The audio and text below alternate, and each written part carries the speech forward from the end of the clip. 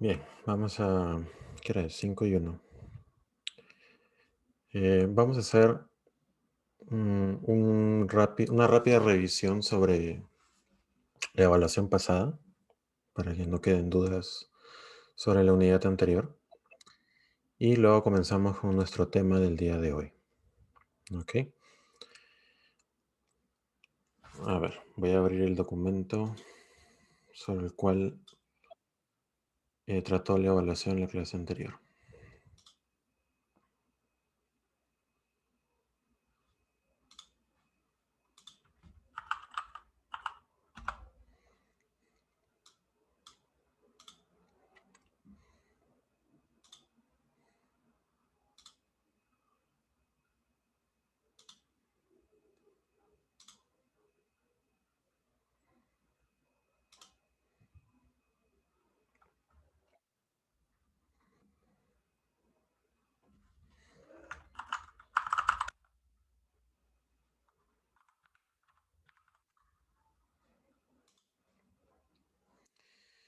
Mientras voy ubicando ese documento, les comento que aún nos faltan 11 personas para poder terminar la encuesta del semestre, la encuesta de desempeño docente. Así que aquellos que no hayan podido completarla aún, por favor, tómense un par de minutos para poder completarla. Voy a volver a revisar el reporte al finalizar la clase. Si alguien tuviese algún problema para entrar, por favor me lo hace saber.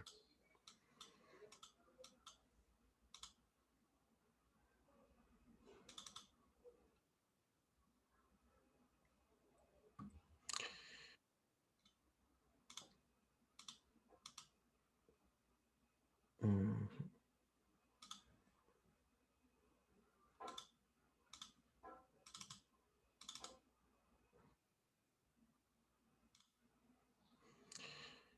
Ok, aquí está.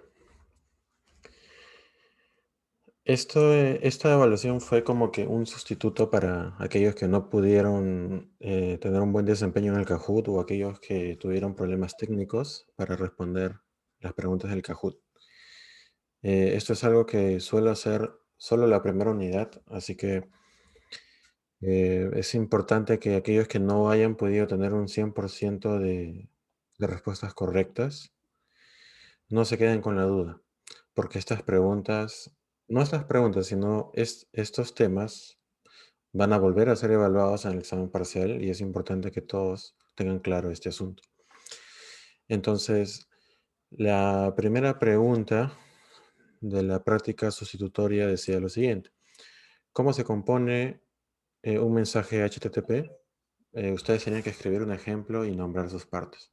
Entonces, voy a buscar un ejemplo y vamos a discutir las partes, que era lo más importante sobre esto.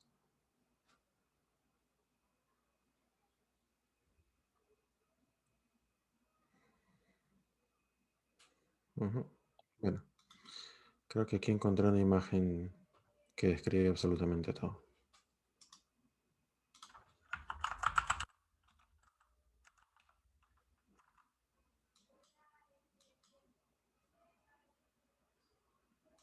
Sería este de aquí. Este es un mensaje HTTP, lo hemos visto muchas veces. ¿Las partes cuáles eran? Las partes eran las siguientes. La primera línea que están viendo aquí es la línea de resumen, la cual describe de qué trata la solicitud.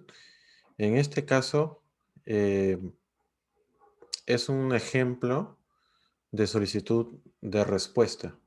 Hay ejemplos de solicitud de, perdón, hay ejemplos de mensajes que son de tipo solicitud y hay otros que son de tipo respuesta. La solicitud es la que envía el cliente hacia el servidor y la respuesta es la que el servidor retorna hacia el cliente. Entonces, ¿cómo saber que esta es una solicitud de, perdón, es un mensaje de respuesta que está yendo del servidor al cliente? Por la línea número uno está respondiendo, indicando el protocolo, la versión del protocolo, el código de respuesta 200 que significa OK. O sea, le está diciendo al cliente, tu solicitud, tu mensaje fue procesado, tu solicitud fue procesada con éxito y te estoy respondiendo a este mensaje. Luego vienen las cabeceras que tienen el formato, nombre de la cabecera, dos puntos y el valor, que es todo este grupo que está aquí. Luego viene una línea en blanco. Esa línea en blanco es muy importante porque separa las cabeceras del protocolo con el cuerpo del protocolo. Lo que viene después de la línea en blanco viene a ser el cuerpo. Y en este caso se está respondiendo con HTML. Si el mensaje hubiese sido en la dirección inversa, es decir, del cliente al servidor, entonces probablemente el cuerpo esté vacío en la mayoría de casos, a menos de que sea una solicitud de tipo POST o tal vez de tipo PUT, en donde la información que se quiere colocar va en el cuerpo. De no ser el caso de ser una solicitud de tipo GET, entonces la parte de abajo estaría vacía. Y si hubiesen parámetros en esa solicitud GET, esos parámetros irían acá arriba en la línea de resumen, no irían acá abajo como lo han hecho algunos en sus tareas. ¿Ok?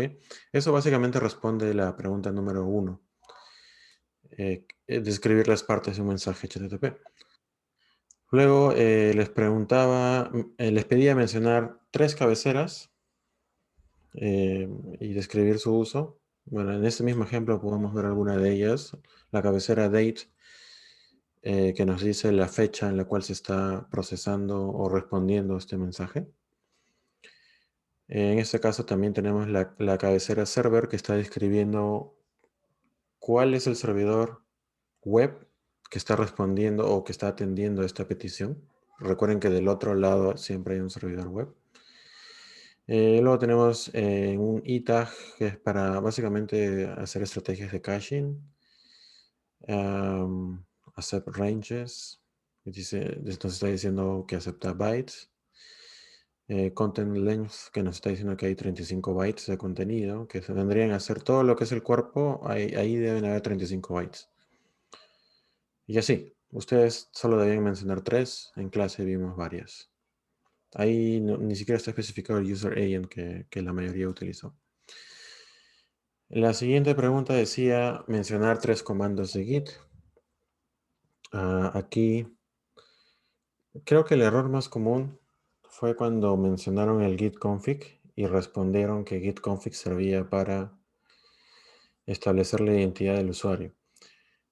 Uno de los usos es ese, pero no está limitado a solo hacer eso.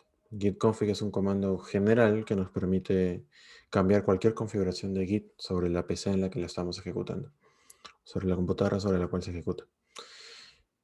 Otros comandos más comunes eran pues el git clone para clonar un repositorio, git init para crear un repositorio, git commit o push o pull. Teníamos muchos comandos que ustedes pueden elegir para responder esta pregunta. Y en la 4, que es donde más variación encontré en sus respuestas, la 4 decía, usted recibe una PC recién formateada con el sistema operativo Windows 10, no hay ningún software adicional instalado, y se le pide desarrollar una característica para un software sobre un repositorio de código remoto ya existente. Y ustedes tenían que describir aquí detalladamente cuáles eran los pasos necesarios para hacer esta contribución de desarrollo de software. Entonces, aquí algunos han obviado el detalle que dice de que la computadora recién está instalada, el sistema operativo recién está instalado y no hay ningún software adicional. Entonces, ustedes debían empezar con la verificación de software necesario para cumplir esa tarea.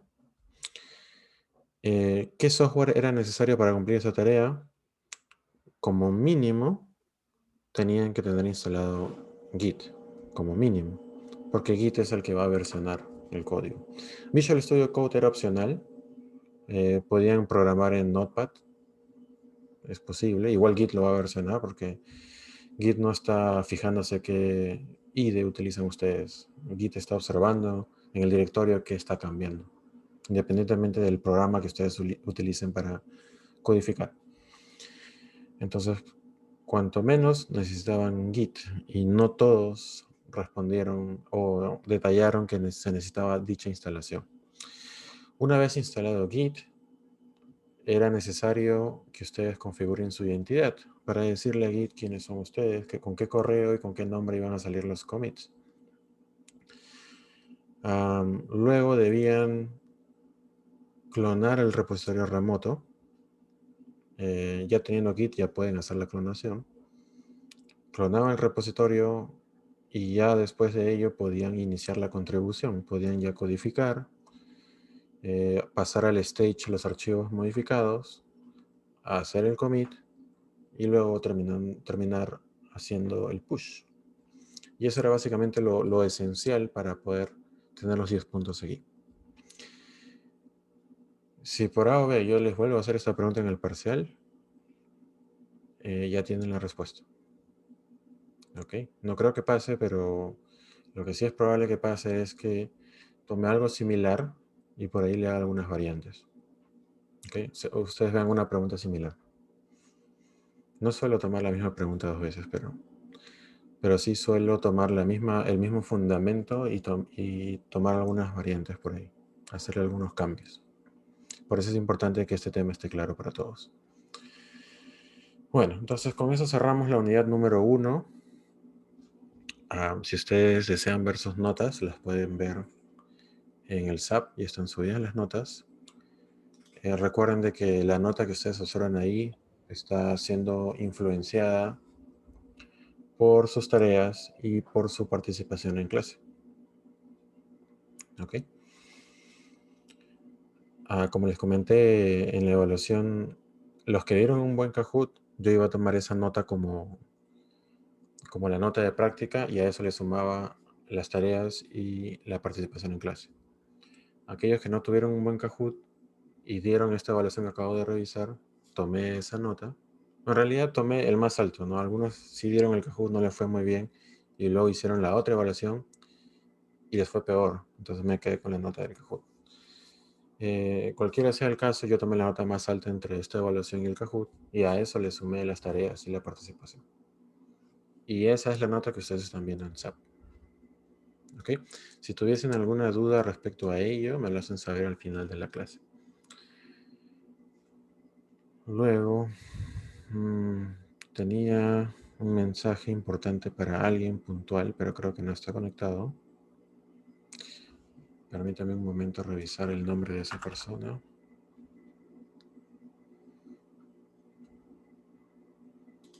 Era para Brigitte. ¿Se encuentra Brigitte Roque?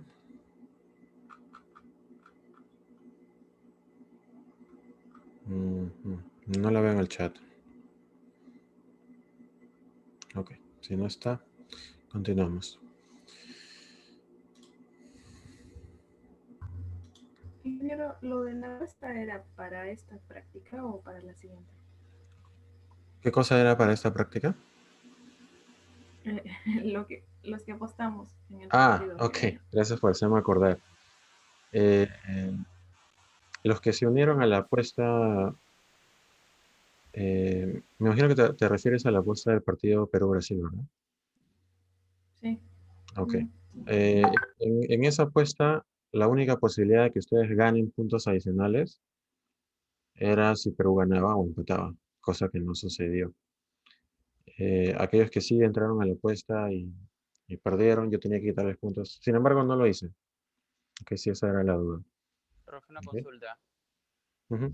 ¿Y en caso de robo qué pasaba? En caso de robo, Claro, ¿cómo es nos han eso? robado el partido, profe. Ah, porque nos robaron el partido. No, ya simplemente me hice de la vista gorda, no le quité puntos a nadie. Creo que fue un poco injusto el partido, pero bueno. Pero no escuché, y los que sí apostaron a Brasil, No había apuesta a favor de Brasil, solo había apuesta a favor de Perú. ¿en serio? Creí que había puesto en el chat yo Brasil. Ah, No, bueno. solo era apuesta a favor de Perú. No había posibilidad, Ah, no, ya, es otra cosa, no había ya. Los que posibilidad de votaron por apostar Brasil, a profe, le Brasil. hubiera quitado puntos. No, es que era obvio pues de que Brasil tenía una alta probabilidad de ganar, entonces la Mm, apuesta era para los hinchas peruanos, demasiado bueno para ser verdad. no era para jugar en contra de Perú. ¿Ok? Pero sin embargo, no le quitó puntos a nadie a pesar de no haber podido apostar, de que Perú no ganó. ¿Ok? Eh, bueno, entonces ya hemos terminado la unidad 1, tenemos que continuar con la siguiente unidad. ¿Ok? Y en la siguiente unidad ya dificulta, ya se pone un poco más difícil. Sin embargo, ustedes tienen la ventaja de que al profesor Frey le gusta siempre estar adelante, un poco avanzado con los temas. Entonces, este tópico que vamos a ver hoy día, ustedes ya lo deben conocer porque lo están viendo en laboratorio. Y de hecho, recibí por correo un par de preguntas sobre las diferencias entre el tipo de página web que ustedes estaban haciendo en laboratorio y el tipo de página web que estábamos viendo en teoría, ¿no? ¿Por qué era diferente? ¿Cuál era más provechoso para ustedes? Y yo creo que al término de esta sesión ustedes van a tener muy clara la diferencia si es que no la tienen aún.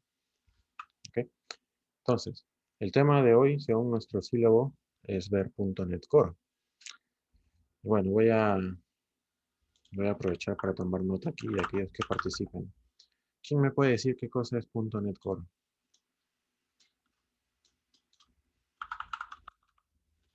No, puntos para la PC número 2.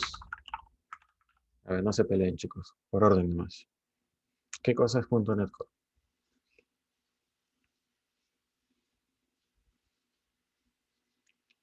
¿Cómo? Es un framework Muy bien, es un framework. ¿Un framework de qué? para hacer páginas web, para hacer desarrollo. So, Ajá, es un framework para hacer desarrollo de software. ujú, En general, lo que no solo para páginas web. ok. Ujú.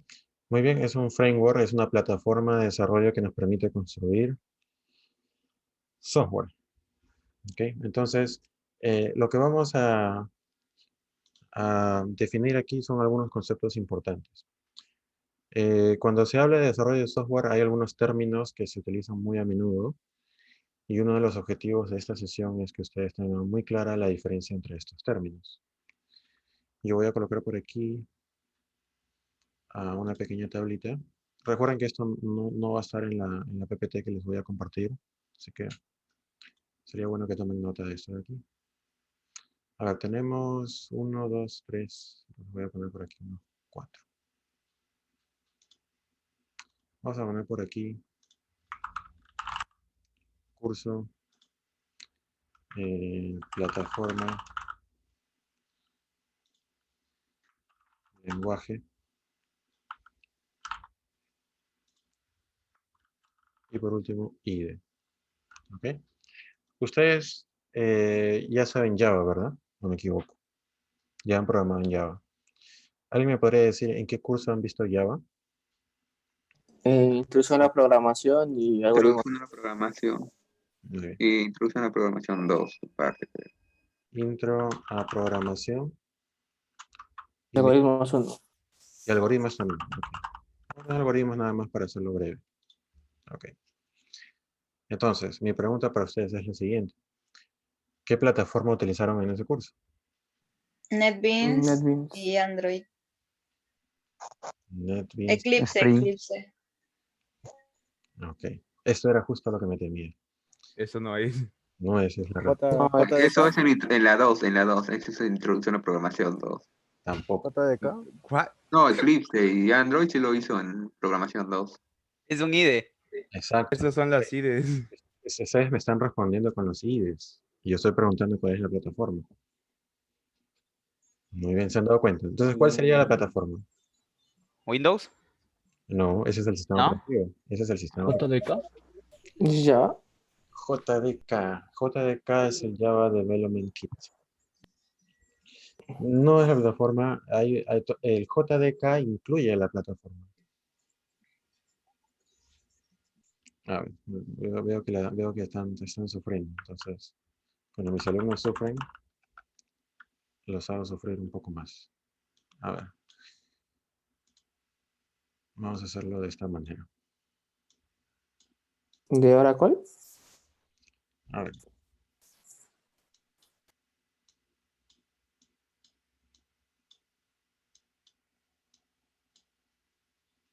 Vamos a jugar ahorcado mientras ustedes me dicen la respuesta. A ver, díganme una ¿Es letra. Oracle?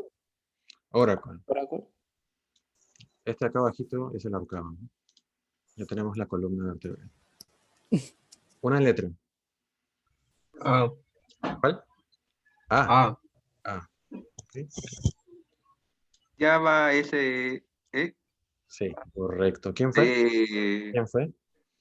Yo fui Alarcón. Alarcón. Ok, muy bien. Alarcón. Así los ahorcaba, les quitaba 3 puntos a todos, ¿no? Muy bien. Entonces, ustedes en este curso han utilizado Java SE, que significa Java Standard Edition. Ok, esa es la plataforma sobre la cual corre el software que ustedes construyeron. El lenguaje, obviamente, que ustedes utilizaron fue Java. Y el IDE, como ustedes me dijeron, fue NetBeans. ¿Ok? Entonces, teniendo esto como ejemplo, ¿qué cosa es un IDE? Es mi siguiente pregunta. Sería el entorno para programar o desarrollar. Desarrollo de entorno integrado. Desarrollo. Elisa, ¿verdad?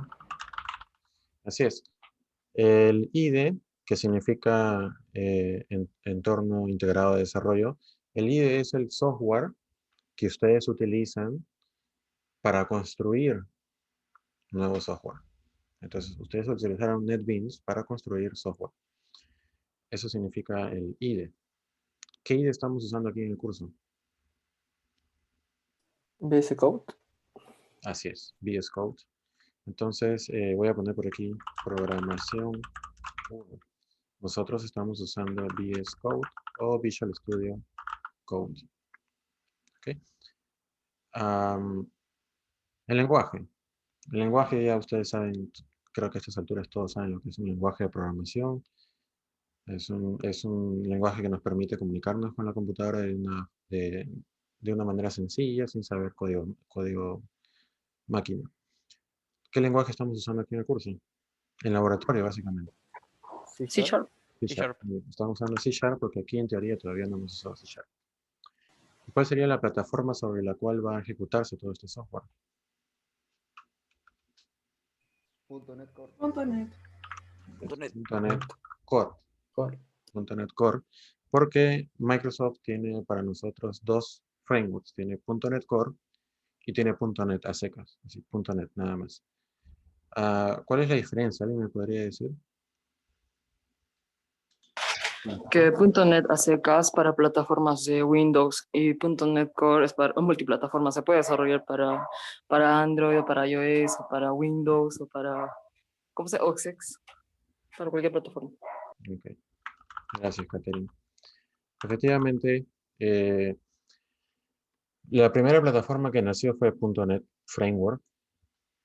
Así se llamaba .NET Framework. Y era exclusivo para los sistemas operativos de Microsoft. Si ustedes aprendían C Sharp, todo software que ustedes construyeran para .NET Framework solo iba a correr o ejecutarse sobre los sistemas operativos de Microsoft, que son los Windows Server o los Windows 7, 8, 10 y así. Mientras instalara el framework, el .NET Framework, el software iba a funcionar en esos sistemas operativos. Sin embargo, se estaba perdiendo, yo creo, mucho mercado al no atender otros sistemas operativos. Entonces, Microsoft se planteó abrir el framework, construir uno nuevo, porque el .NET Core, que así fue bautizado, es open source. O sea, cualquiera puede ver el código, eh, incluso se puede contribuir. Este nuevo framework permitía la ejecución del software no solo en los sistemas de Microsoft, sino también en Linux y macOS. Entonces, ahora tenemos un software multisistema operativo y el alcance que le podemos dar a nuestro software es mucho más amplio. Adicional a esto, se mejoró mucho el rendimiento del framework. Una aplicación que se ejecuta sobre .NET Core es mucho más rápida que .NET Framework. Entonces, por todos lados, .NET Core tiene mucha más ventaja.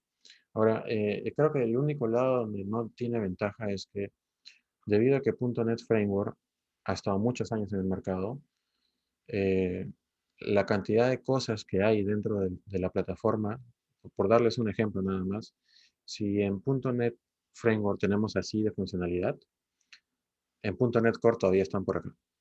Poco a poco están añadiendo cosas.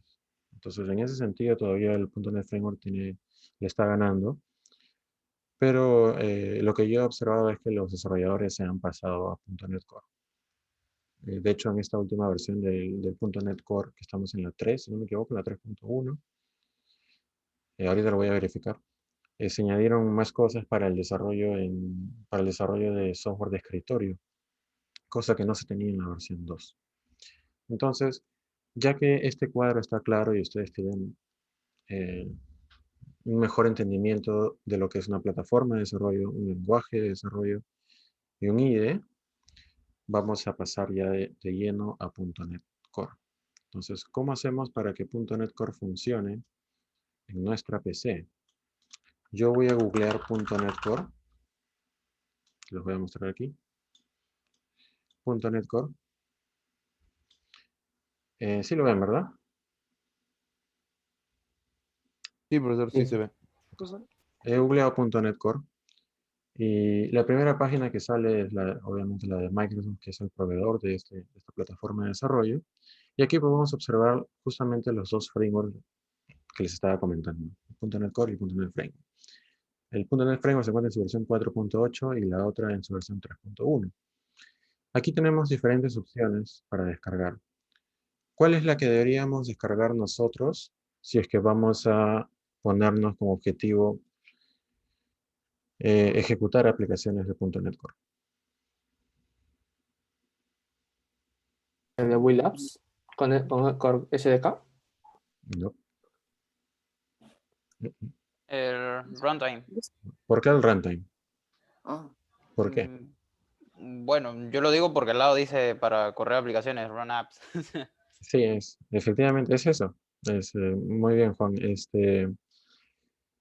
Aquí tienen que tener mucho cuidado con cuál es la pregunta, porque eso les puede venir en el parcial. Miren, si yo les digo ¿qué se necesita para ejecutar la aplicación? Ustedes solo necesitan el runtime. El runtime va a instalar todos los componentes necesarios para que el software que ya fue previamente construido se pueda ejecutar sobre dicha plataforma. Entonces solo se necesita el runtime. Pero si la pregunta fuese, cosa que no fue así, pero si la pregunta fuese, ¿qué se necesita instalar para que ustedes construyan? Entonces, obviamente ahí sí van a usar el que dice Build Apps, que es el SDK. ¿Qué cosa tiene el SDK? Tiene todos los componentes necesarios para que ustedes construyan y también tiene el runtime. O sea, construyen y ejecutan. En cambio, el de arriba solo es el motor de ejecución. Entonces, si ustedes construyen un software usando .NET Core, imagínense una página web y la quieren instalar en la nube, ¿ok? ¿Cuál sería el requisito que ustedes le van a pedir a ese servidor que va a estar en la nube para que su software funcione? Le van a pedir el primero, el que dice .NET Core Runtime, porque eso es lo necesario para la ejecución. Bueno, nosotros no solo vamos a ejecutar, sino vamos a construir también. Entonces, yo voy a descargar, no tengo .NET Core aquí, hace mucho tiempo que no programo usando esta plataforma. Entonces, pues voy a aprovechar para hacer la instalación. Esto es algo que ustedes ya a estas alturas ya hicieron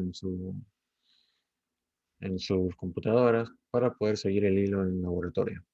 Entonces, yo lo voy a hacer por primera vez, voy a descargar el SDK que me permite, bueno, pesa 126 megas, ya lo descargó. Esto es lo que me permite construir las aplicaciones. Lo voy a ejecutar y aquí la instalación es muy sencilla, solo hay que darle next, next, next. Bueno, no había ningún next, ya se instaló y me dice close. Bueno, pensé que había next, pero no. Bueno, ya se instaló. Entonces, ¿cómo sé que se ha instalado? Recuerdan que en Git ustedes ejecutaban un comando para saber si está instalado o no. Aquí para Netcore sucede lo mismo. Mira, con Git ustedes sabían si está instalado o no porque se reconocía el comando. Solo escribían Git, presionaban Enter y ya. Y si querían saber la versión era git // version. ¿verdad? Ahora con .NET sucede lo mismo. El comando es .NET. Si ustedes escriben .NET y les sale ese mensaje que están viendo, significa que el framework está instalado. Si les sale comando no reconocido es porque falta instalar. ¿Ok? Entonces ya está. ¿Qué sigue? Ya construir la aplicación en sí. Entonces para ello, yo voy a abrir Visual Studio Code y vamos a crear una aplicación muy sencilla. Aquí está mi VS Code. ¿Ok? Voy a aperturar un folder. Voy a crear por aquí una nueva carpeta llamada prueba. Y sobre dicha carpeta voy a hacer que Visual Studio Code esté apuntando. Presiono Control Ñ para abrir la terminal, que es lo que están viendo ahí en la parte de aquí abajito del Visual Studio Code. Y es aquí donde ustedes van a hacer uso de algunos comandos que ya vienen dentro de Visual Studio Code. ¿Cuál sería el comando que me permite, o sea, si yo les preguntara a ustedes en una futura evaluación, ¿cuál es el comando que permite la creación de nuevas aplicaciones en .NET? Les voy a pedir que lo dejen en el chat. No me lo digan, escriban. Vamos a ver cuántas respuestas correctas hay.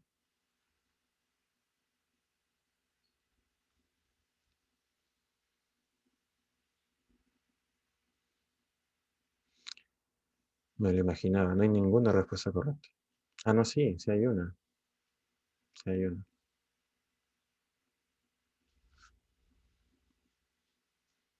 Ujú. Sí, solo hay una respuesta correcta.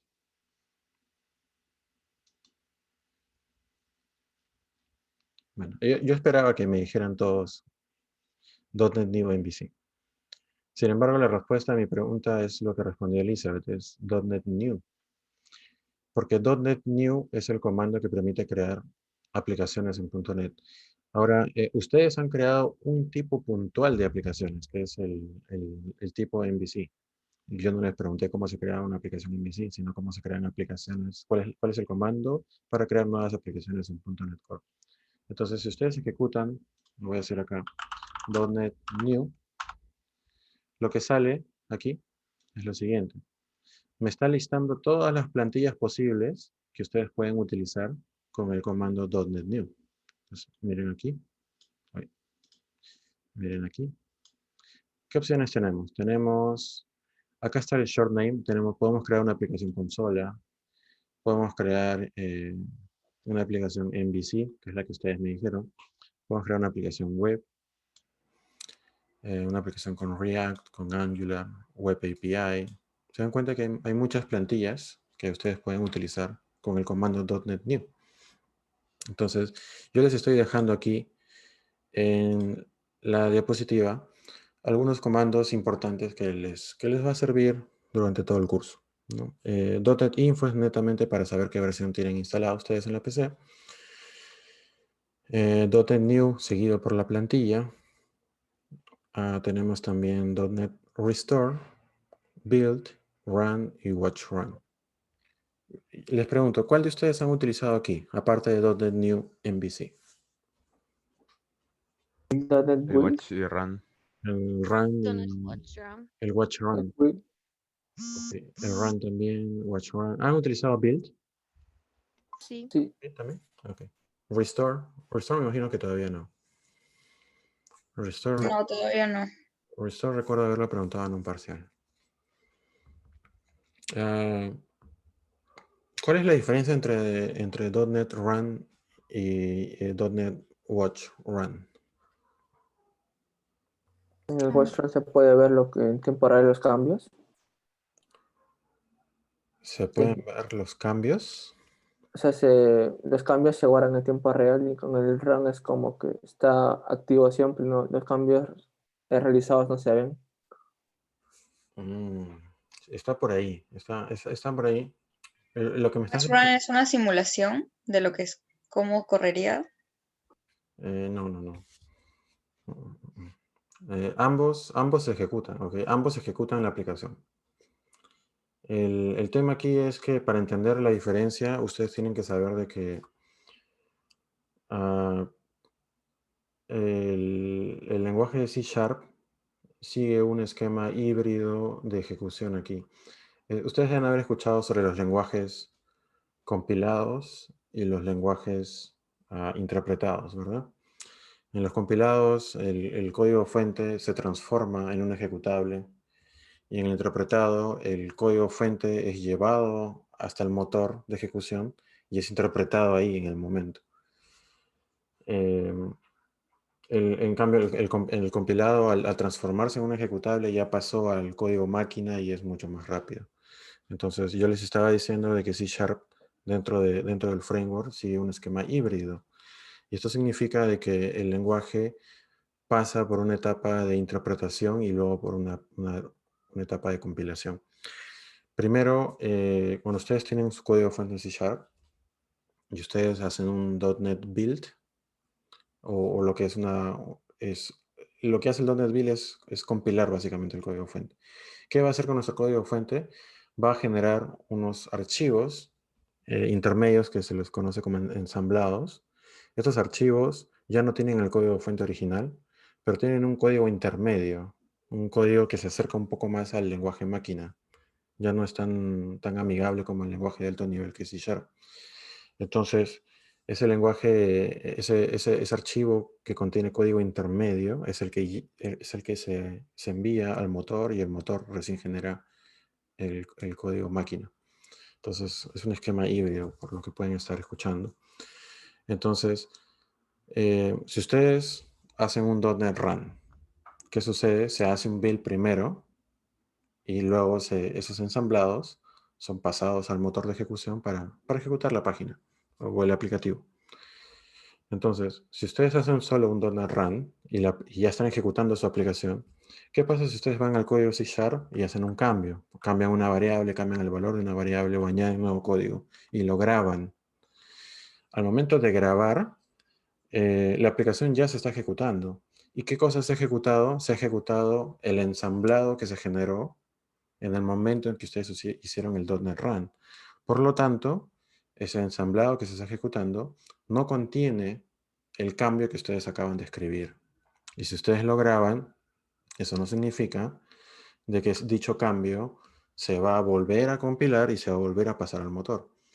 Entonces, es ahí donde entra el .NET Watch Run. La ventaja que tiene este último es que si ustedes corrieron la aplicación usando .NET Watch Run, una vez que ya la aplicación está cargada y ustedes van al código fuente y hacen un cambio, el watch significa que está observando si es que hay nuevos cambios en el código fuente. Apenas detecte un cambio en el código fuente, automáticamente ese cambio va a ser vuelto a compilar, se va a volver a compilar y se va a volver a mandar, va a volver a ser leído por el motor. Entonces, el motor de ejecución. Entonces, el Watch Run le da a ustedes la ventaja de que si cambian el código fuente y lo graban, ya no tienen que volver a ejecutar otra vez .NET Watch Run o Run. En cambio, si ustedes utilizan el .NET Run, cuando hay un cambio, ¿qué hacen? Apagan la ejecución, hacen el cambio, graban y vuelven a poner .NET Run. Y ese ciclo lo repiten. Con el Watch Run ya no es necesario. El Watch Run lo hacen una sola vez, programan, graban y el cambio automáticamente se va a ver reflejado porque se va a volver a compilar y se va a volver a ejecutar. Y así. Entonces, a medida de lo posible, yo les recomiendo que utilicen el Watch Run para no estar apagando la ejecución y prendiéndola, apagándola y prendiéndola, apagándola y prendiéndola. Se van a ahorrar muchos segundos preciados. Y cuando estén trabajando, estos segundos cuestan. Así que todo ahorro de tiempo es bienvenido en el desarrollo de software. Esa es básicamente la diferencia. ¿Okay? Para resumir, el Watch Run está atento a los cambios en el código fuente. El .NET Run no, porque el .NET Run solo ejecuta el código fuente hasta ese momento.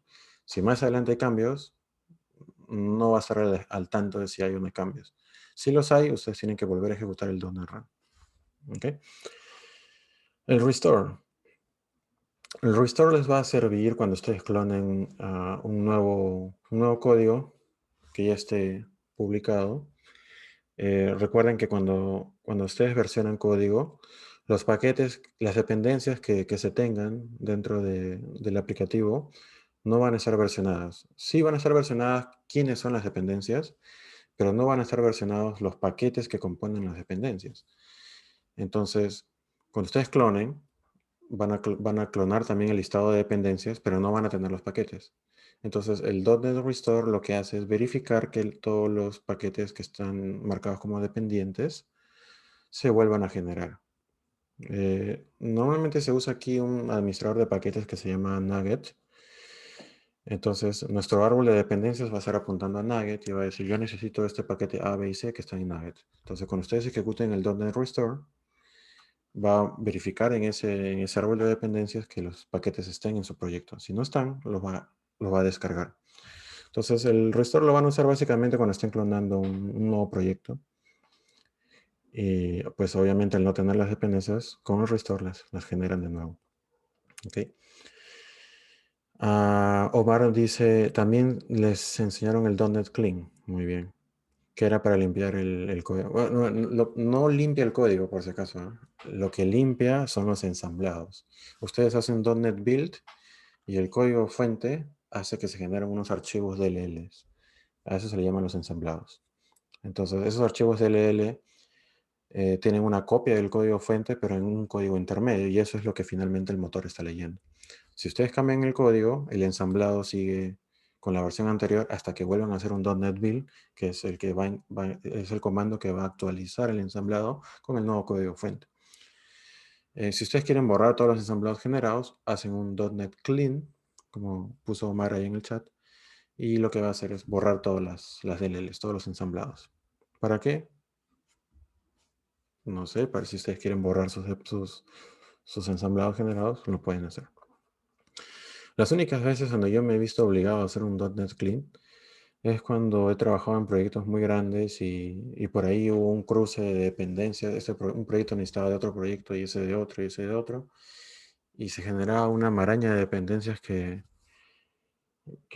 a veces ya no funcionaba la aplicación y la solución era hacer una limpieza de todos los ensamblados y volver a compilarlos y mágicamente la aplicación funcionaba.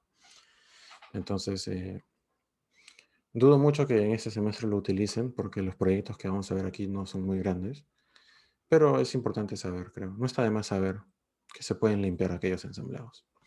Bueno, entonces vamos a poner en práctica uno de ellos. Voy a ir de nuevo al Visual Studio Code y yo aquí, para salir de la rutina, no voy a hacer un .NET New MVC, sino voy a hacer un .NET New Console. ¿Okay? Y lo que hace este comando es básicamente crear ficheros. Estas plantillas crean ficheros. ¿Qué ficheros? Pues lo que están viendo aquí al lado izquierdo. Acá. Me ha creado el archivo program.cs. Bueno, me está sugiriendo instalar esa extensión. Yo me imagino que ustedes ya lo hicieron. Esa extensión es importante para tener un poco de IntelliSense, de ayuda, para poder debuguear los proyectos. Entonces, si les salió eso a ustedes cuando hicieron su proyecto en .NET en sus casas, es importante que lo instalen. Bueno, entonces les decía, me creo este archivo program.cs y este archivo prueba.cs.prog, que básicamente es el archivo que va a describir el proyecto, ¿no? Este archivo me está diciendo que yo estoy usando .NET Core 3.1 y el output de este proyecto es un archivo ejecutable. Los archivos consola son archivos ejecutables. Entonces, voy a regresar a mi archivo original, el archivo program, y aquí yo veo que mi método main, que es el método que se ejecuta por defecto, tiene una simple instrucción, tiene un hola mundo, y para hacer un hola mundo en consola se escribe console.writeLine y el mensaje que se quiera escribir. Entonces, voy a presionar Control Ñ para regresar a mi consola, y si yo quisiera ejecutar esto de aquí, ustedes escriben el comando .NET Run. .NET Run va a compilar el código fuente, va a generar los ensamblados y ejecuta el código que esté ahí. Entonces, ahí está mi Hello World, ¿no? Nada fuera de lo común. Voy a hacer algo muy sencillo. Esto de aquí, a esto se le llama salida porque está mostrándose algo en la pantalla. La entrada vendría a ser algo que el usuario pueda ingresar hacia la aplicación. O sea, es la dirección, no la dirección, el sentido inverso. Entonces, voy a preguntarle al usuario dos números sencillos y dos números enteros. Y voy a hacer que la aplicación los sume y los voy a mostrar como salida. Entonces, aquí, para pedir datos, yo voy a definir una variable a y voy a utilizar el método console.readline que me permite leer, tener una entrada, y otra variable b que haga lo mismo, console.readline. Luego voy a definir una variable c que sea simplemente la suma. Y aquí, en vez de decir hola mundo, voy a decir la suma es 2 puntos. Y voy a poner C. Sí, es una aplicación muy, muy sencilla. Entonces voy a volver a ejecutar. Voy a volver a hacer .NET Run. Pero el readline solo está a la espera que yo ingrese algo. Entonces no solo voy a hacer el readline, sino voy a mostrar un mensaje acá. Console, porque si no el usuario no va a saber que está a la espera, que la consola está a la espera de que escriba algo. Escribe el A. Y luego viene ese readline. Y luego voy a poner escribe el num b y viene el segundo readline. Para que la consola sea más explicativa. Entonces, ahora sí ejecuto la consola. Me dice escribe el num a. Voy a escribir el número 3. Voy a escribir el num b. Voy a escribir el número 5. ¿Quién me puede decir cuál va a ser el resultado después de que presione Enter? Según el código fuente, es muy sencillo. Va a compilar la suma de los dos números y vamos a la suma es y el valor del C. ¿Y cuál 35. ¿Cuál es el valor de C? Bueno, esta sería Con 3 y 5. de 8. 8. ¿Alguien por ahí dice algo diferente? Me pareció haber escuchado una respuesta. 35. Yo creo que muestra 35. 35. Y no 8. Sí. Ok. ¿Alguien más dice 35? ¿O alguien más dice 8? Creo que 8 porque lo interpreta. ¿Cómo? Creo que va a interpretar qué tipo de dato es y es 8, o sea, numérico. O sea, numérico. Entonces, ¿qué es lo que se va a mostrar? La suma es, ¿y qué número va a salir? Va a salir una cadena. 3, 8. 3, 8. 3, 5. 3, 5. Ok. Vamos a salir de la duda y vamos a analizar por qué. Voy a presionar Enter. ¿Qué salió? ¿Ven el número? ¿No? No se mira. ¿Era lo que esperaban? 3, 5. ¿Qué está pasando? ¿Es por la coma en la 14 o que influye? ¿Esta coma de aquí? Ujú. Ok. No, creo que no cumple la función de concatenar. Ajá. Entonces, ¿qué le pongo? Bueno, Más. le mando- Más. ¿Más? Más. Más. Ok, vamos a ver. ¿Dónde run? 3, 5. La suma es 35. Efectivamente, el primer error que había ahí era la concatenación, ¿verdad? Esa coma no concatena. Y lo segundo que están observando es pues que está dando 35 y no 8. ¿Por qué? Porque las variables no están definidas como integer. Pero Bardo es para numérico también. Var, es una buena pregunta, una buena observación. Var en C# es una forma abierta de definir el tipo de dato. En un var ustedes pueden almacenar cualquier tipo de dato. Pueden almacenar un entero, una cadena de texto, pueden almacenar una fecha, un decimal. Y cuando ustedes utilizan var, lo que están haciendo es, no significa que no tenga tipo de dato. Las variables que están con un var antes sí tienen tipo de dato y un tipo de dato específico. Pero el tipo de dato es inferido por la parte derecha de la sentencia. Es decir, lo que se genere al lado derecho es lo que va a determinar el tipo de dato de la variable. Entonces yo voy a pasar el mouse por readline y voy a ver la definición de readline. ¿Qué cosa devuelve readline? Según la documentación.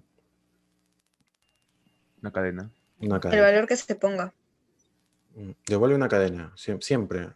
El valor que se escriba dentro del readline va a ser convertido siempre a un string. De hecho, lo está diciendo ahí la documentación. Dice string console.readline. A eso se le llama la firma de un método. Y siempre lo que va al lado izquierdo de la definición del método es el tipo de dato que va a devolver el método. Así que no importa qué cosa escribamos dentro del readline, siempre vamos a recibir un string. Entonces, si el readline nos está devolviendo un string, ¿qué tipo de dato es A? String. String. De hecho, si paso el mouse, ahí dice, Visual Studio Code sabe que A es un string, porque lo está infiriendo del lado derecho. ¿Ok? Lo mismo pasa con B. Y cuando ustedes aplican un operador, el operador de más a dos variables que son string, no se realiza la operación aritmética, se realiza la concatenación. A eso se debe que el 3 y el 5 se hayan juntado o concatenado y no operado matemáticamente. ¿Qué cambio deberíamos hacer aquí para realmente obtener la suma aritmética, la operación aritmética entre A y B? Cambiar el tipo de dato Cambiar el tipo de dato. ¿Y cómo o definirlo como definirlo como entero? darle int. Ponerlo int. No, sería para poner luego del igual entre paréntesis Luego el int, igual. ¿Por qué esto no funciona? Vamos a forzar. porque ahí está declarando la variable y está Tenemos almacenando que algo. convertir Así Vale. es. Está de convirtiendo. cadena a entero. Tenemos que convertir, porque ustedes no pueden guardar en una estructura entera una cadena de texto. Eso es lo que se está haciendo ahorita, por eso es que está fallando. Entonces lo voy a regresar a var. No necesito ponerle int, porque lo que yo tengo que hacer es que del lado derecho venga un entero. Entonces, para que venga del lado derecho un entero, en C# hay varias formas de hacerlo. Una de ellas es convert. Acá tenemos int 16, 32 y 64. ¿Alguien sabe la diferencia? La cantidad de números, creo. Cantidad de Bits. números. No, llega hasta Son los bits. Cantidad de Los bits. bits. La, ¿Bits? sí, la cantidad, sí. Es el tamaño en realidad de la estructura. Ajá. No la cantidad de números, sino el tamaño de la estructura, ¿no? Obviamente, en un int64 podemos guardar un número mucho más grande que en un int32 o un int16. Int32 es básicamente el tamaño, creo que adecuado para la mayoría de escenarios. A menos que ustedes tengan un número inmenso, ya evaluarían irse a int64. ¿Okay? Si quieren saber la precisión exacta de int32, 16 y 64, escriben en Google eso y van a encontrar en la página de Microsoft cuál es el número más alto que pueden guardar en un int32 o int64 o int16. Bueno, entonces, con esto de acá, con este cambio que le acabo de hacer, si yo paso el mouse por A, ¿qué dice ahora? Ahora me dice que A ya no es un string. Me dice que A es un entero, porque lo está infiriendo del lado derecho, ¿no? Si yo paso el mouse por int32, tu int32 me devuelve un int. Se ve ahí en la documentación. Al lado izquierdo del método me está diciendo que voy a recibir un int después de haber ejecutado el método. Entonces, si A es entero y B es entero, ¿cuál será el tipo de dato de C? Entero. Entero, así es. Una suma de enteros me va a dar un entero. Entonces, si yo paso el mouse por C, me va a devolver un entero. Entonces voy a volver a ejecutar la aplicación. .NET Run. Y voy a volver a escribir 3 y 5. Y ahora me dice que la suma es 8.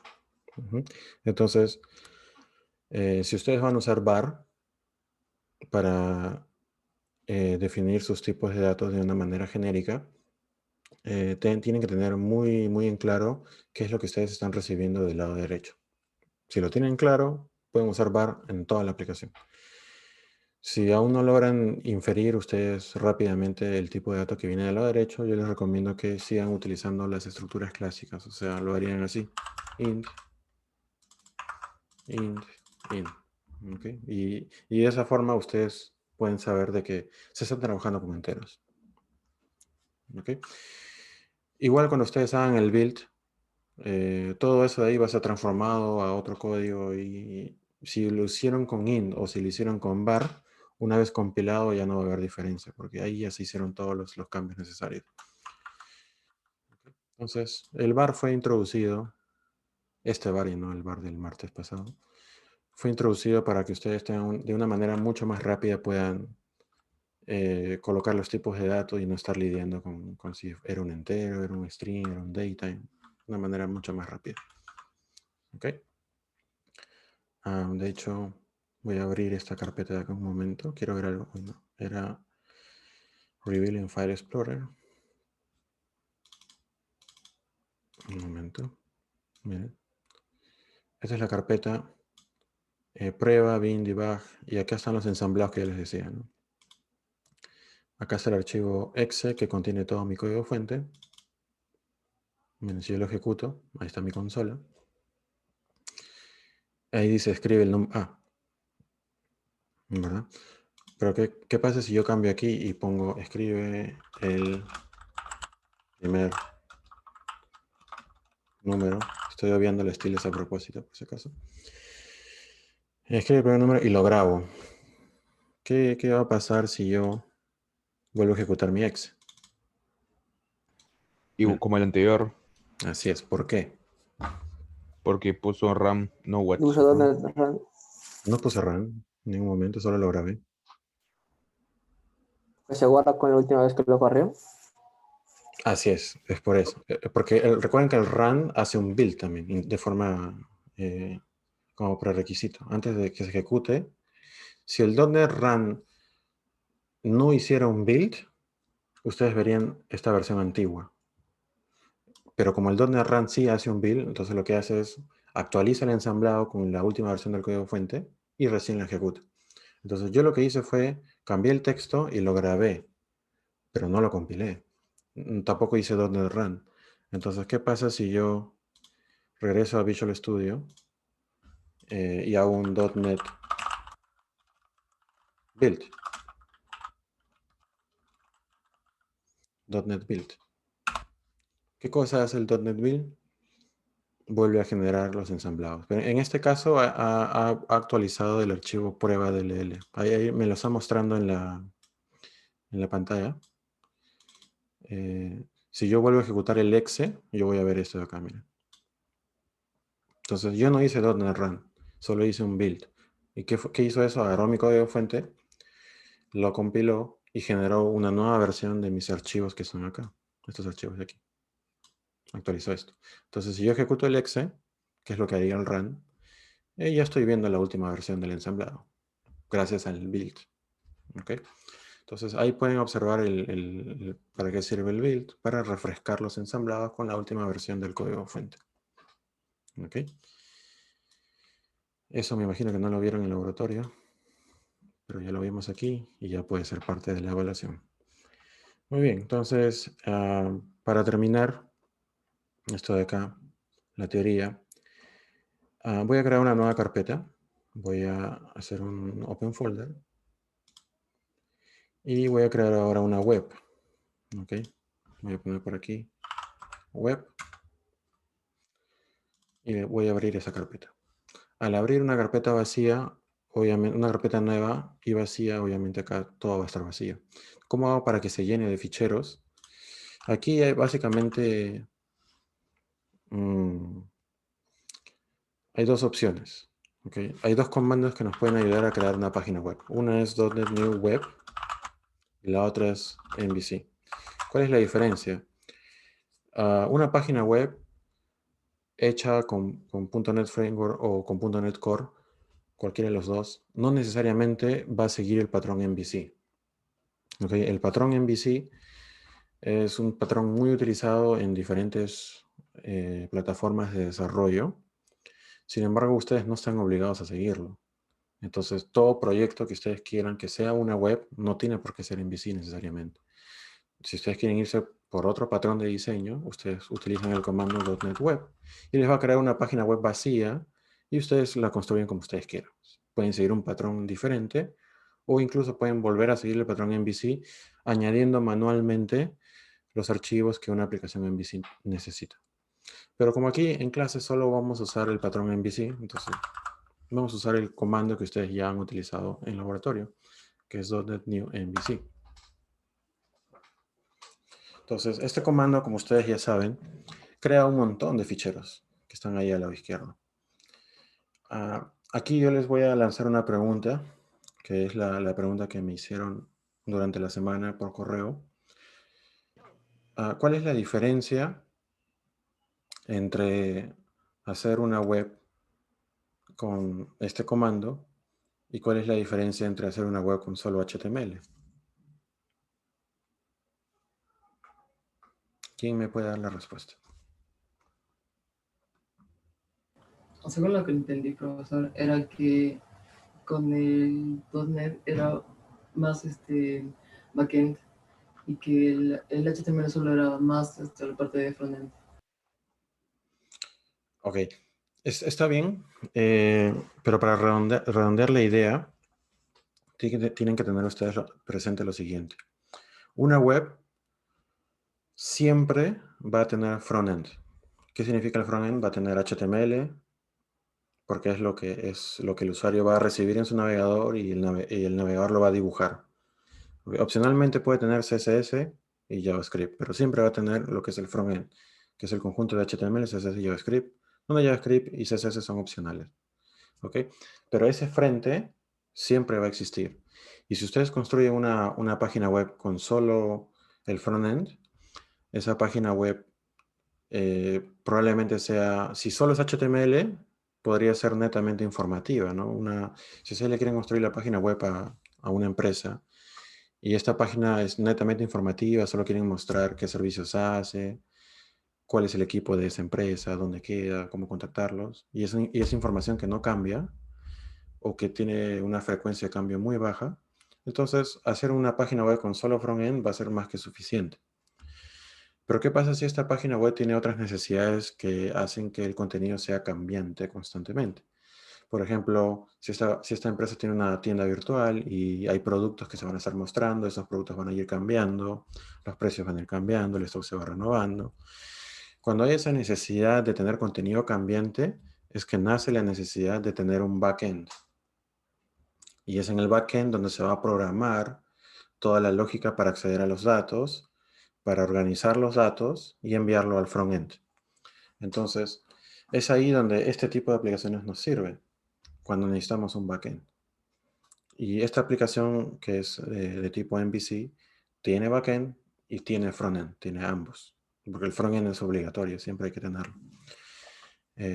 Entonces, esa es básicamente la diferencia, ¿no? Si ustedes quieren una página estática, un HTML puntual con su CSS, y ya está, más que suficiente. No necesitan una aplicación MVC. Pero si quieren conectarse a una base de datos o ir a otro servicio, aplicar lógica, programar y todo eso, todas esas cosas bravas, entonces hay que usar un backend. Y este es uno de los tantos backend que podemos utilizar. Entonces, exploremos. Para terminar la sesión de hoy, vamos a explorar cuáles son las partes básicas del MVC. Y la tarea que ustedes van a tener es la siguiente. Esto de acá. Esto de aquí.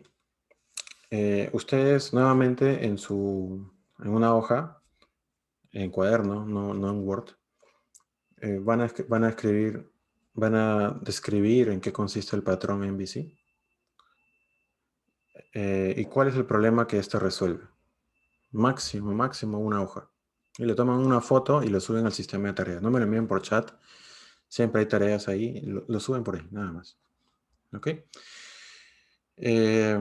Para poder responder a esa pregunta, es probable que ustedes ya sepan a estas alturas, deberían ya de saber en qué consiste el patrón MVC.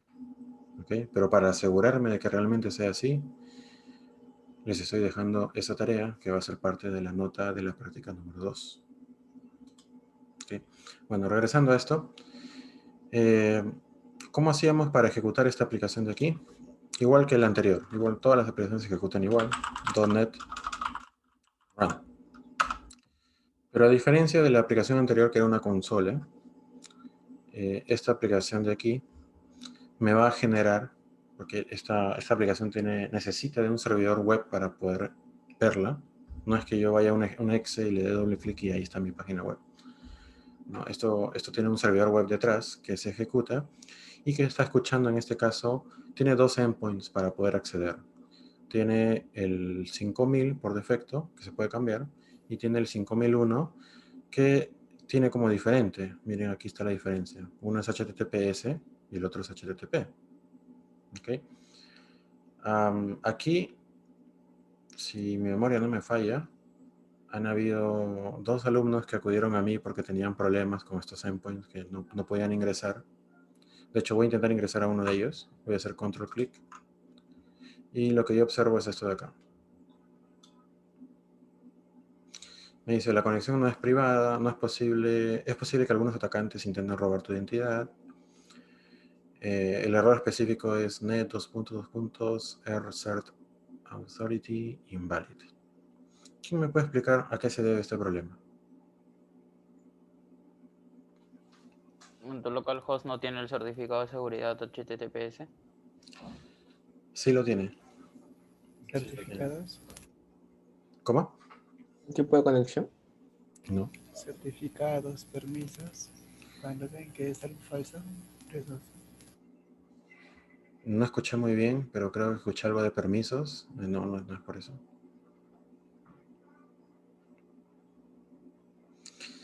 Miren, aquí sucede lo siguiente. Cuando ustedes utilizan HTTPS, ustedes necesitan un certificado.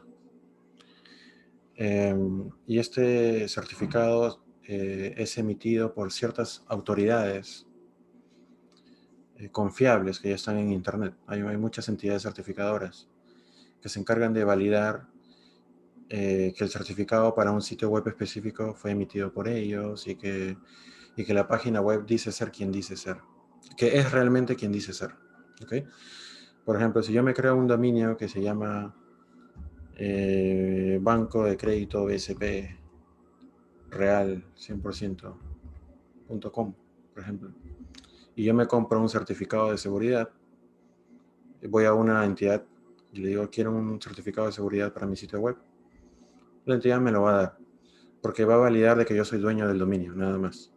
Entonces, cuando yo intente hacer que usuarios vengan a mi sitio, ellos van a ver ahí un candadito verde que va a decir la conexión es segura.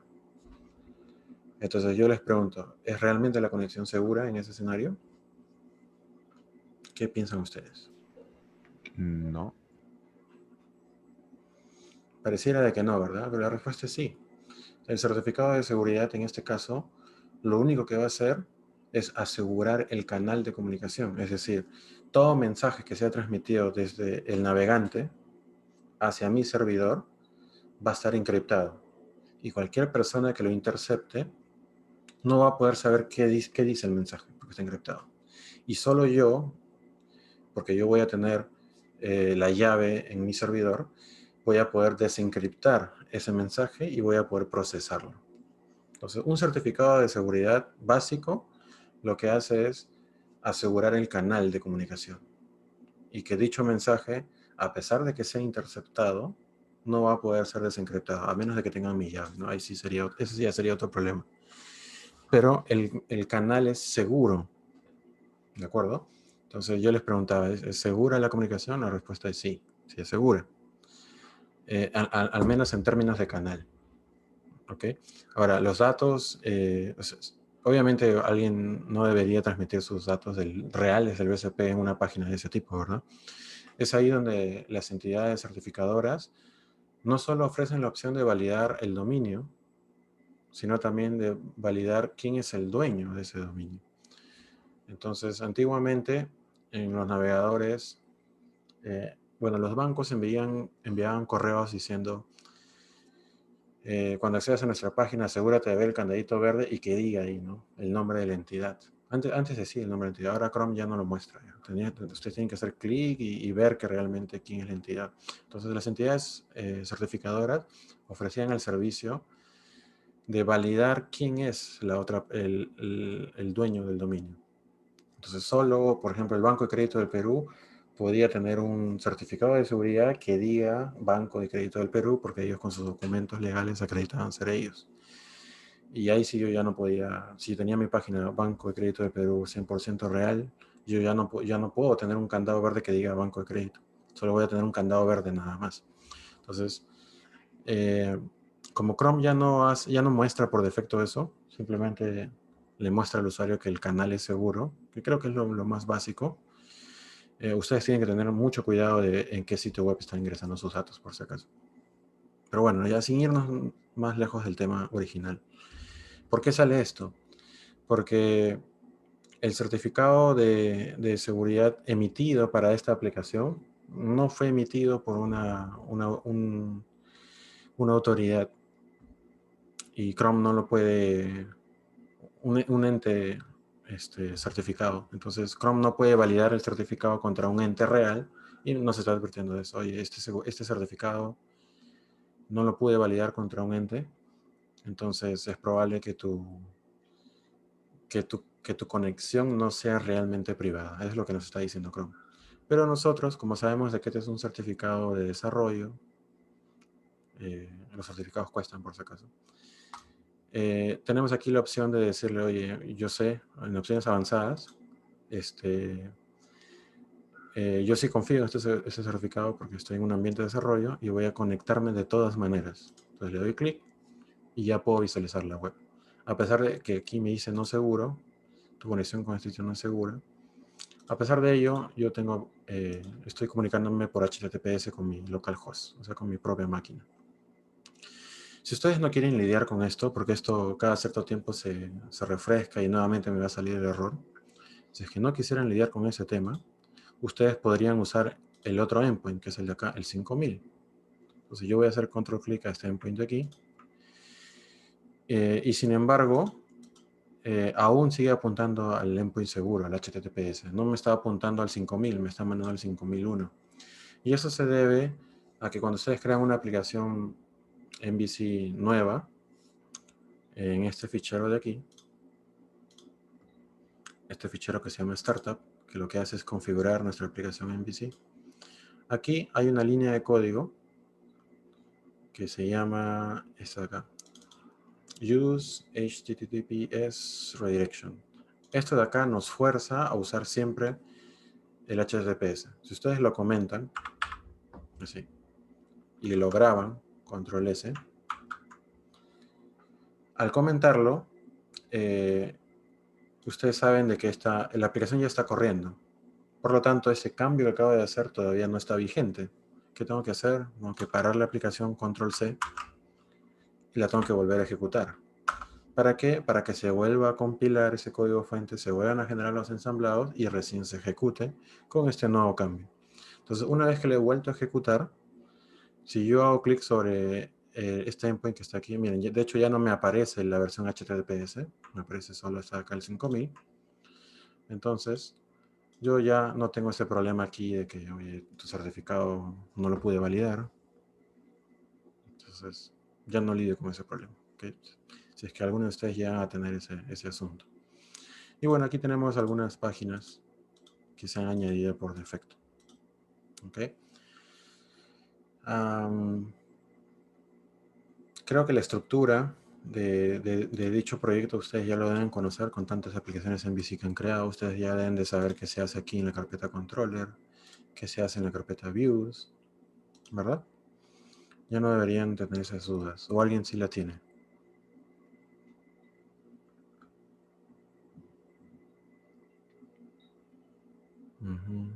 Parece que no.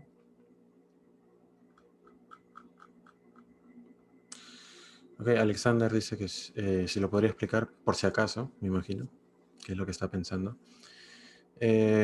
Si les explico, les estaría haciendo la tarea. Ok, la tarea justamente trata de eso. Pero bueno, les voy a dar un resumen así muy rápido. Espero que en la tarea sean un poco más detallados. Una aplicación MVC tiene 3 componentes, como le dice su nombre. La M, la B y la C, que significa modelo, vista y controlador. Ahora, para entender MVC es importante que ustedes sepan qué cosa es un patrón de diseño, porque cuando ustedes googleen qué cosa es MVC, les va a decir, Internet les va a decir, MVC es un patrón de diseño. Pero ¿qué cosa es un patrón de diseño? Un patrón de diseño no es más que una solución probada a un problema común. Entonces, un problema común que tenemos al hacer páginas web es cómo organizamos el contenido, cómo organizamos el HTML, cómo organizamos el lenguaje de programación, el backend, dónde ponemos nuestro código C#, dónde ponemos nuestro código HTML, cómo atendemos las solicitudes HTTP que llegan a nuestra aplicación. Todo eso siempre ha sido un problema al momento de construir páginas web y software en general. Porque MVC no es un patrón exclusivo para páginas web. Entonces, ante esta problemática de cómo nos organizamos internamente, es que nace este patrón. Y este patrón nos dice, todo aquello que sea gestión de peticiones va a ser manejado por el controlador. Peticiones HTTP. Peticiones y respuestas. Todo eso va a ser manejado por el controlador. Todo aquello que sea interfaz gráfica, HTML, por ejemplo, va a ser manejado por la capa de la vista. Y todo aquello que sea lógica de datos, lógica del negocio, estructuras de datos, entidades, va a ser manejado por el componente modelo. Entonces, así es como vamos a separar la aplicación y de esa forma nuestra aplicación va a crecer de manera ordenada y con facilidad de mantenimiento. En eso consiste básicamente el patrón MVC, para resumirlo. ¿Okay? Y ahí están las carpetas que nos permiten colocar el contenido adecuado. Si ustedes inspeccionan la carpeta controller, ya viene un archivo que se llama home y acá vienen unos cuantos métodos. ¿Okay? Es aquí donde se atienden las solicitudes. Acá recibimos el request. Si ustedes observan esta página de acá, esta que dice home privacy, ese request va a ser enrutado a ese controlador home y luego al método privacy. Así está organizado aquí el MVC. Entonces, cualquier lógica que ustedes quieran ejecutar dentro del sobre las peticiones, las deben colocar acá. Si ustedes van a programar alguna lógica sobre lo que se va a mostrar dentro de privacy, entonces deberían crear dentro del modelo un archivo para gestionar esa lógica. Y si ustedes quieren alterar el cómo se va a ver el privacy, la interfaz de privacy, deberían ir a Views, Home, que vendría a ser el correspondiente al controlador Home, y ahí está el archivo privacy.cshtml, que contiene el texto de lo que se va a ver. Entonces, por ejemplo, si yo cambio acá, si yo acá introduzco un nuevo párrafo, actualización de términos de uso, un nuevo párrafo, y lo grabo, y yo regreso a mi browser y actualizo, voy a observar que el párrafo que yo acabo de redactar no aparece, porque dicho párrafo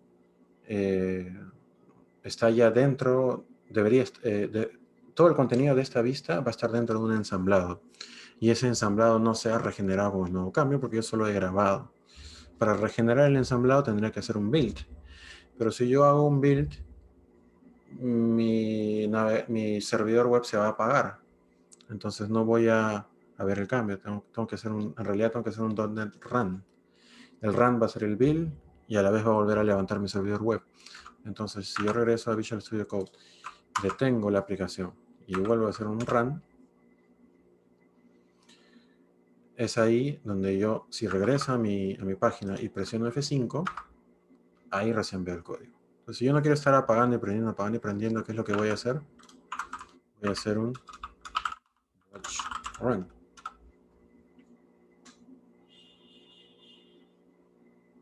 ¿Ok? Entonces, miren lo que pasa acá. Mi página está actualizada, se ve todo la última versión. Y si yo agrego un último párrafo, por acá, voy a agregar un lorem ipsum, lorem, control S. Al presionar control S, miren lo que pasa acá abajo automáticamente. La aplicación se ha terminado, ha detectado que un archivo ha cambiado, acá dice File Changed, ha cambiado este fichero, y está levantando de nuevo la aplicación por mí. Entonces yo ya no tengo que estar apagando y prendiendo la aplicación porque lo hace automáticamente. Si yo regreso a mi navegador y actualizo, veo mi Lorem Ipsum ahí escrito. Entonces mi recomendación es que utilicen Watch Run a medida de lo posible para evitar estar prendiendo y apagando la aplicación a cada rato. ¿Ok? ¿Alguna otra duda que tengan sobre MVC para cerrar la sesión? Algo que hayan visto en laboratorio por ahí que tal vez no les haya quedado claro. Ingeniero, una pregunta. ¿Las clases de teoría están atrasadas con la de laboratorio? Porque la verdad es que lo que usted enseña creo que debió haber sido antes de la práctica, porque la verdad es que muchos hemos dado la práctica viendo el video, o sea, copiándonos lo que hacía el profesor, la verdad. En cambio, ahora siento que hemos entendido y no sabíamos ni qué era MVC, o sea, el profesor enseña y no sabíamos de New que había para web, lo que era el backend y todas esas cosas, ¿no? Ujú. Y no sé, por ese lado creo que estamos atrasados en teoría o adelantados en laboratorio, pero Sí. más le entendemos a usted, la verdad. O A sea, ver, aquí ocurre lo siguiente, Angie. Como has dicho tú, hay dos escenarios. O estamos atrasados o en el laboratorio están muy adelantados.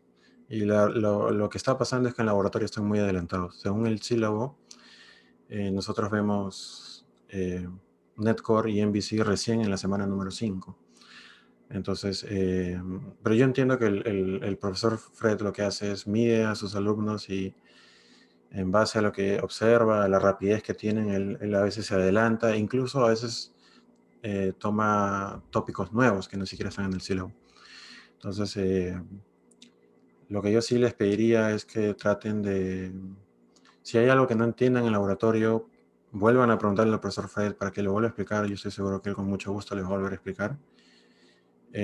Y si creen que está yendo muy rápido, pues háganselo saber para que le baje un poco la velocidad, ¿no? Es importante que ustedes le den feedback para que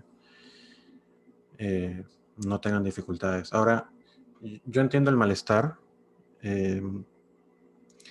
Sin embargo, creo que después de esta y la siguiente clase, vamos a ver ya prácticamente todos los tópicos que ustedes necesitan para el laboratorio. Porque en el laboratorio tengo entendido que el profesor Fred empezó con .NET desde la semana número 1. Entonces ustedes tuvieron la oportunidad de adelantarse en ese sentido, pero tal vez no fue la manera más adecuada. Entonces háganselo saber al profesor Fred.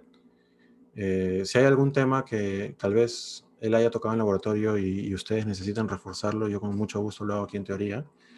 Háganmelo saber también y le podemos dar unos minutos rápidos para repasarlo, ¿no? Igual de ahora en adelante todo va a ser en VC, así que deberíamos estar parejos. Ya no debería haber esa diferencia. Hubiera sido bueno que lo ataquemos antes de, ¿no? Pero bueno. ¿Hay algún otro comentario aparte del de Angie que nos pueda ayudar a mejorar? Por ahí veo un mensaje de... Bueno, Juan menciona de que MVC lo vieron en Algoritmos 2. Luego, por ahí Jesús tiene un problema. Loren dice... Todo lo que sea problemas lo vamos a ver al finalizar. Siempre dejo los últimos minutos para ayudarlos con problemas que hayan tenido aquí o en laboratorio. Con toda confianza.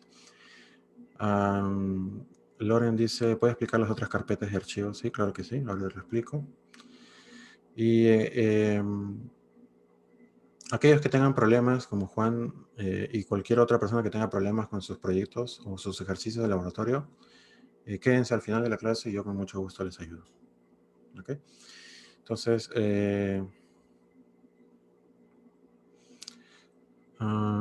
Loren pedía las otras carpetas. Ok, entonces hemos visto, hasta ahora les he explicado controller, model y views.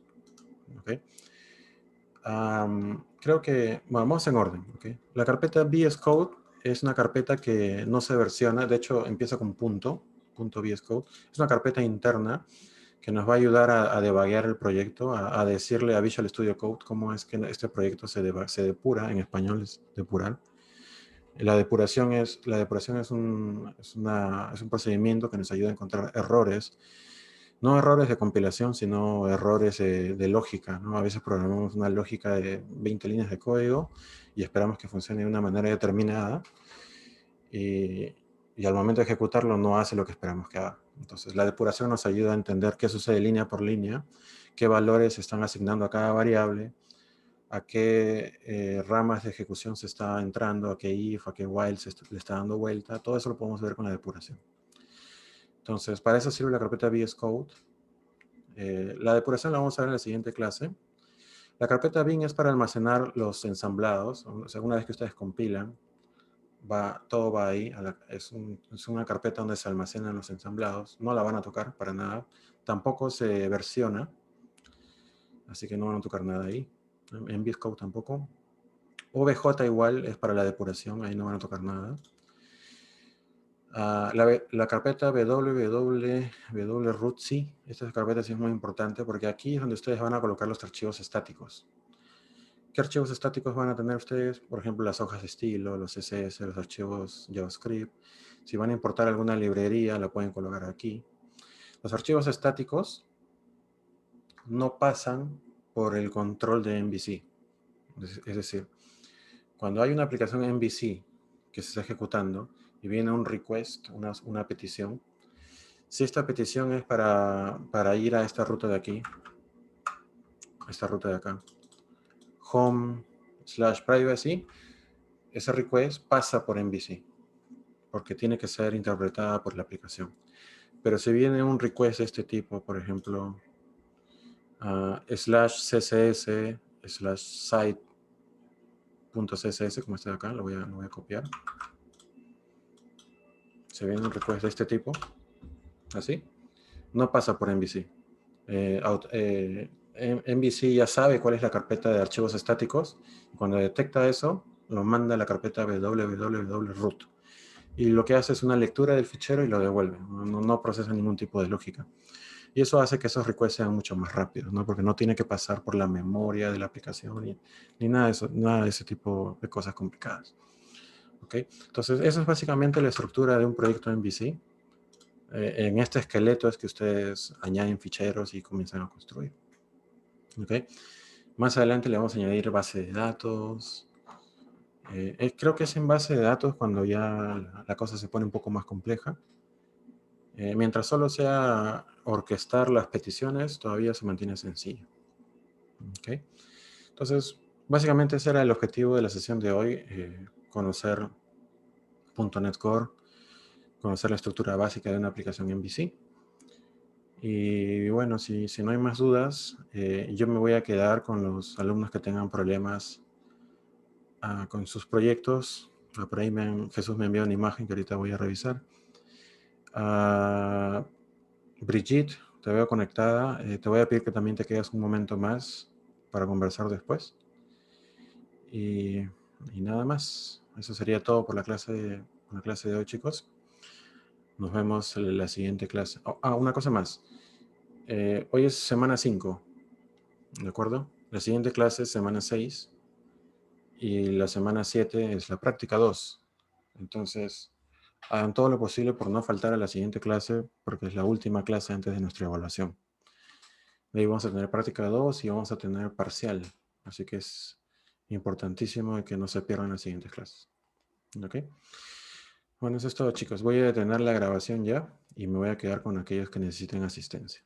¿De acuerdo? Nos vemos el siguiente martes. Y no se olviden de la encuesta también, que aún estaba pendiente. Nos vemos. Voy a detener ya la grabación. Ingeniero, la tarea es hasta la otra semana, ¿verdad? Sí, siempre es una semana de plazo. Pensé que era actividad en clase. Ya, gracias. De acuerdo.